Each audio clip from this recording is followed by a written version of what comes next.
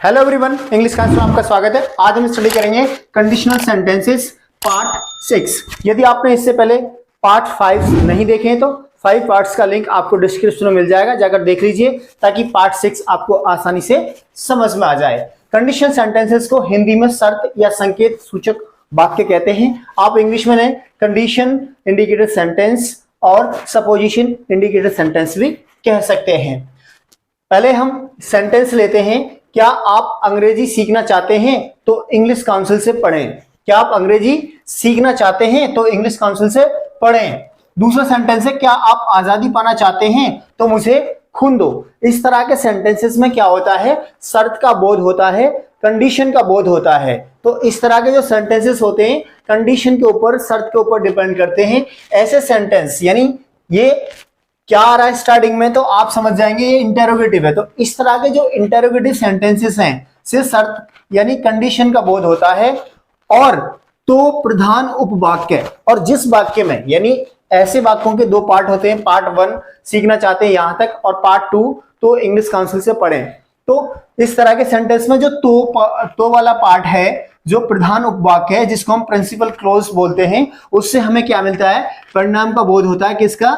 Result का बोध होता है, परिणाम का, रिजल्ट का बोध होता है। तो देखिए पहचान करने की क्या है, फॉर्मूला बनाने की टेक्निक क्या है। सबसे पहले आपको जो है पहला पार्ट बनेगा इंटेरोगेटिव जो पार्ट है वो बनेगा, उसके बाद देन लगाएंगे। किसके लिए? तो के लिए देन लगाएंगे।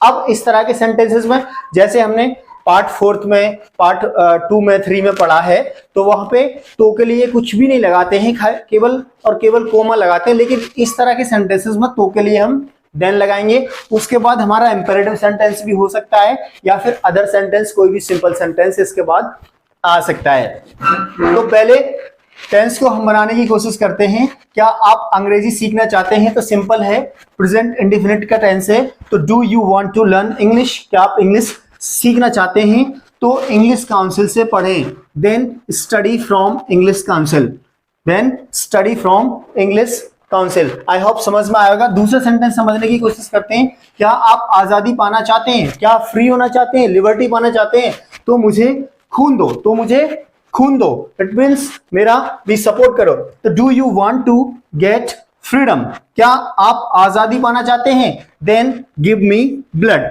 यदि आप आजादी या फ्रीडम पाना चाहते हैं तो मुझे खून दो, मुझे ब्लड दो। अगला सेंटेंस है, क्या आप धनवान होना चाहते हैं, धनवान मतलब रिच होना चाहते हैं, धनी होना चाहते हैं। क्या आप धनवान होना चाहते हैं तो नेता बने। आपको पता है जो सबसे ज्यादा वेल्थ मिलती है नेता लोगों को मिलती है। तो उस कंडीशन में यहां पे सेंटेंस में दिया है कि आप धनवान होना चाहते हैं तो नेता बने। Do you want to become rich? Do you want to become rich?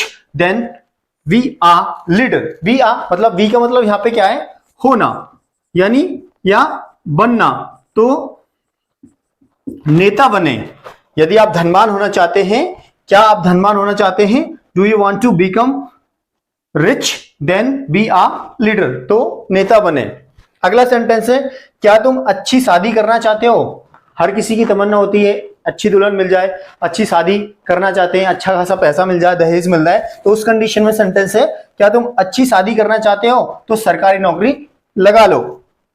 Do you want to get a good marriage, do you want to get a good marriage, then get a government job, then get a government job.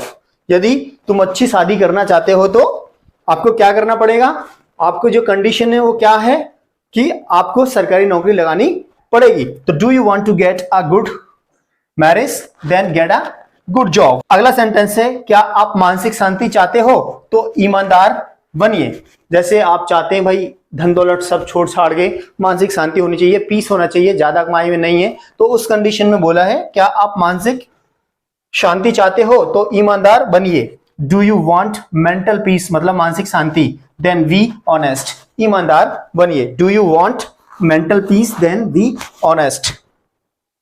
आगे note यहां से समझने की कोशिश करते हैं। ऐसे वाक्य नोट, ऐसे वाक्यों का ट्रांसलेशन यानी अनुवाद इफ के द्वारा भी किया जा सकता है। इफ से भी इस तरह के सेंटेंसेस बन सकते हैं। तो उस कंडीशन में कैसे बनेंगे, सबसे पहले इफ आएगा, सब ऑर्डिनेट क्लोज, उसके बाद प्रिंसिपल क्लोज, जैसे पहला ही सेंटेंस है, क्या आप अंग्रेजी सीखना चाहते हो तो इंग्लिश काउंसिल से पढ़ें। If you want to learn English study from English Council. अब देखिए यहाँ पे तो के लिए कोमा आया है, आप इस तरह से भी इस सेंटेंस को बना सकते हैं। दूसरा है, क्या आप आजादी पाना चाहते हो तो मुझे खून दो। If you want to get freedom give me blood. अब यहाँ पे देन नहीं आया, या तो आप इस तरीके से या इस तरीके से, दोनों तरीके से इन सेंटेंसेस को बना सकते हैं। कंडीशनल सेंटेंस के पार्ट 6 को आप इस तरीके से बना सकते हैं। आज आपको एक टास्क मिलेगा। टास्क ये है कि कमेंट में आपको लिखकर बताना पड़ेगा, यदि आपकी क्लास समझ में आई है तो आपको ये सेंटेंस कमेंट में बनाना है। क्या आप मुझसे मिलना चाहते हो तो फोन करें या मुझे फोन करें। इस सेंटेंस को कमेंट में लिख के बताइए। तो बस गाइस, यही आज की क्लास थी। Thanks for watching English counselling. Thank you very much.